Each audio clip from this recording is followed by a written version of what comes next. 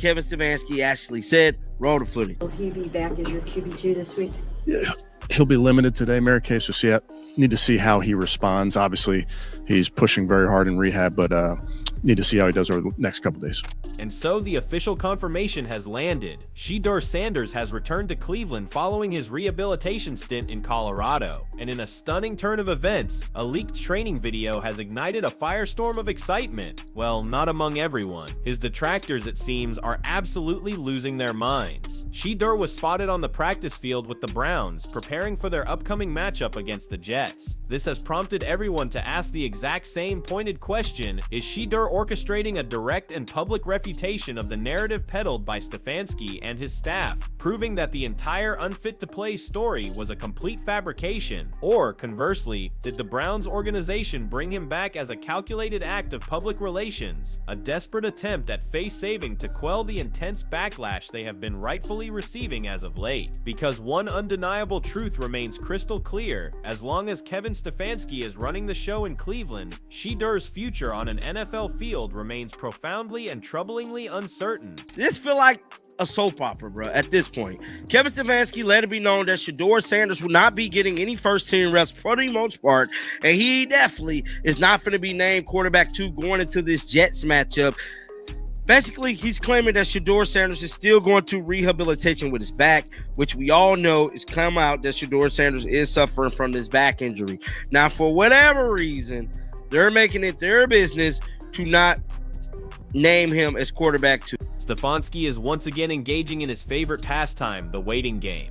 Every single time Shedeur shows any sign of recovery or progress, Stefanski delivers the same tired line: "We'll see how he responds." Man, we have been hearing this for weeks. It is the classic tactic. He wants to appear professional in front of the media, but behind the scenes, this is all about keeping Shedeur off the field and protecting his own fragile ego. You cannot fool anyone anymore. Not the fans, not the analysts, and definitely not Shedeur himself.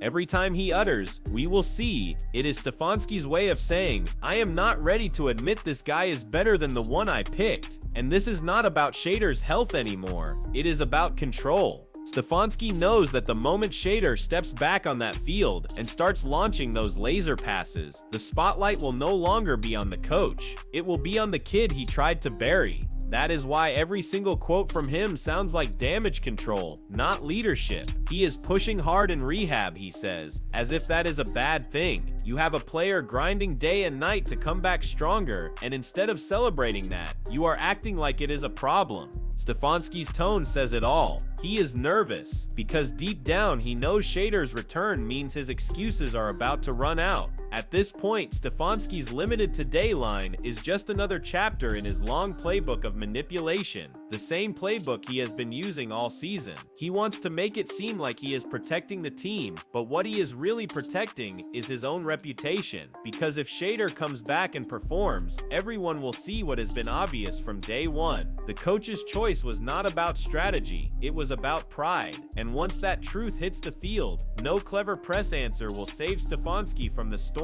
that is coming. At this point, it is beyond obvious that Stefanski is doing everything in his power to keep Shedeur off that field. The man cannot even hide it anymore. He straight up admitted that Shedeur will not get any first team reps and will not even be listed as QB2 against the Jets. Like seriously, the guy has been rehabbing, grinding, and staying locked in mentally, and this is the reward he gets. It is a joke. Stefanski keeps throwing around this back injury excuse like it is a get out of accountability card. Everyone knows Shedeur has been cleared enough to train, and the leaked videos prove he is moving just fine. But instead of giving him the shot he has earned, Stefanski keeps him on the sidelines because he cannot handle the fact that Shedeur would expose every weak link in his system the second he steps on that field. This is not about health anymore. This is just about Stefanski's so-called ego. Stefanski does not want to admit that the kid he has been sidelining could actually save his season. It is pathetic.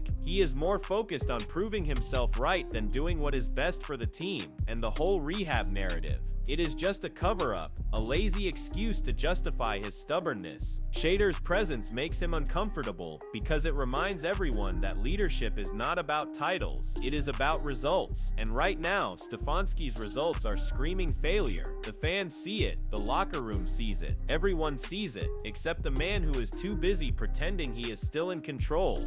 A charge going forward for these last 9 games for Dylan? I mean, have you given him sort of some mandates or instructions on what you need to see from him to elevate his game? I wouldn't put it that way, Mary Kay, other than to say we have a lot of things that we need to do better offensively in total, quarterback position, every position, coaching, you name it. So those are, going back to the bye week, you try to study and learn some things and try to make sure that we as coaches are putting our guys in the best position to succeed. And certainly that would.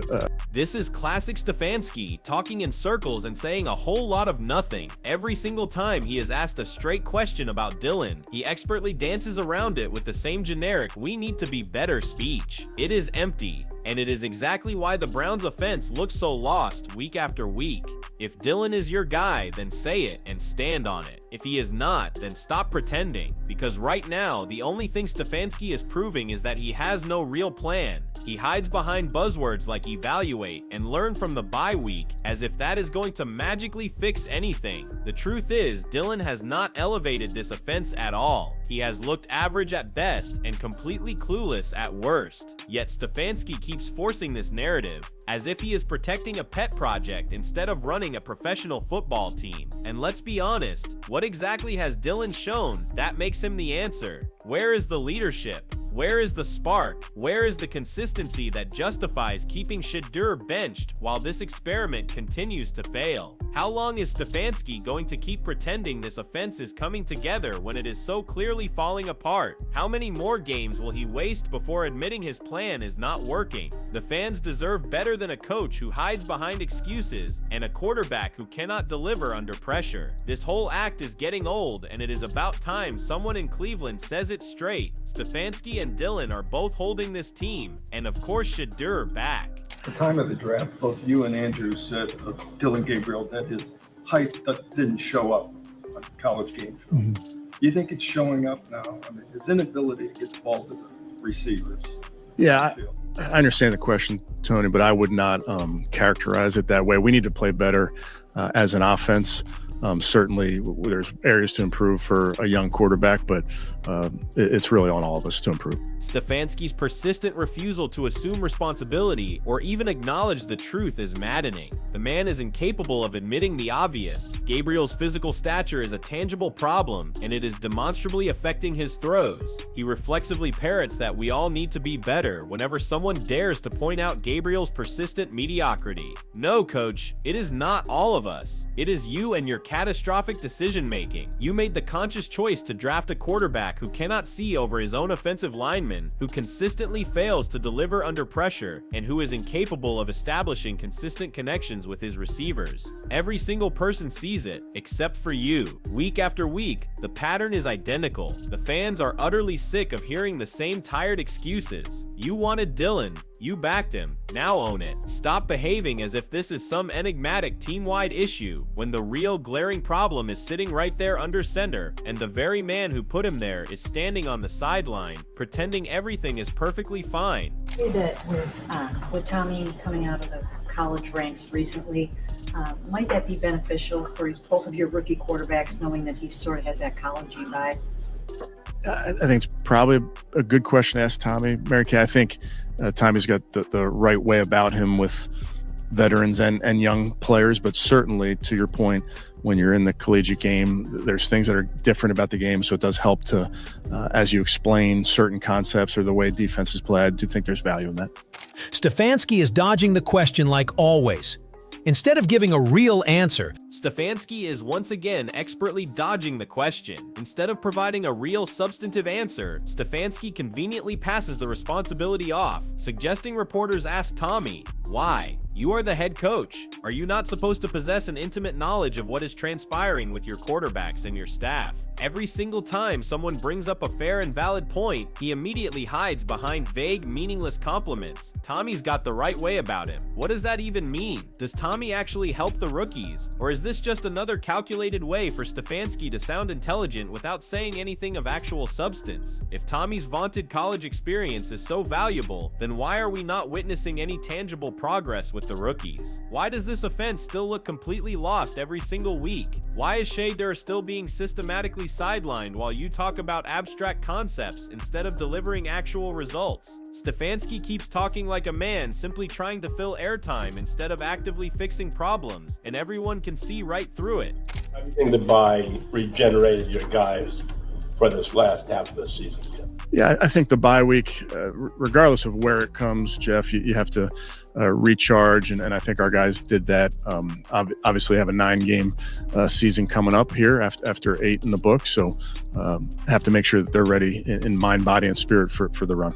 Stefanski talks as if he utilized the bye week to recharge, but for what purpose? Absolutely nothing has changed. The offense still appears completely flat. The same predictable mistakes will inevitably keep happening, and the Shedeur situation is now worse than ever. What precisely did he evaluate during that week off? Because it clearly was not the quarterback situation. The bye week represented the perfect opportunity to reset, refocus, and bring Shedeur back into the mix, but Stefanski utterly squandered it. Instead of fixing the real problem, he continues to hide behind empty and honestly stupid words. That is not coaching, that is stalling. Shedeur has been working non-stop to prove he is ready, and yet Stefanski could not even use a full week of rest to formulate a plan to get his most talented quarterback back on the field. The man had the time, the tools, and a golden chance to make things right, and he blew it again.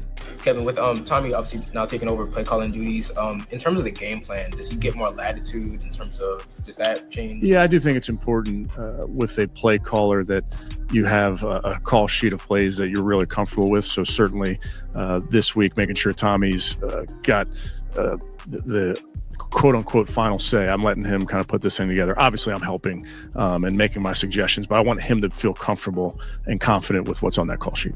So now Stefanski is acting as if he is being generous by letting Tommy take over play calling responsibilities again. This is the second consecutive year that he has handed over one of the most critical jobs a head coach possesses. And somehow we are supposed to believe that this is an act of leadership? No, that is just more irrefutable proof that he has completely run out of ideas. If you are not calling the plays, not fixing the offense, and not managing your quarterback situation, then what exactly are you doing? Because from where everyone is sitting, it looks like you have completely checked out. Instead of guiding Tommy, mentoring him, and helping him grow, you are tossing him into the deep end and calling it trust. That is not helping. That is setting him up to fail. Stefanski should be helping him, not just dumping the responsibility to avoid the blame when things inevitably go down again. What is Stefanski even getting paid for at this point? Is he paid for showing personal grudges to young players like Shedeur? Is he paid for building a team that looks more like a gimmick than a professional football operation?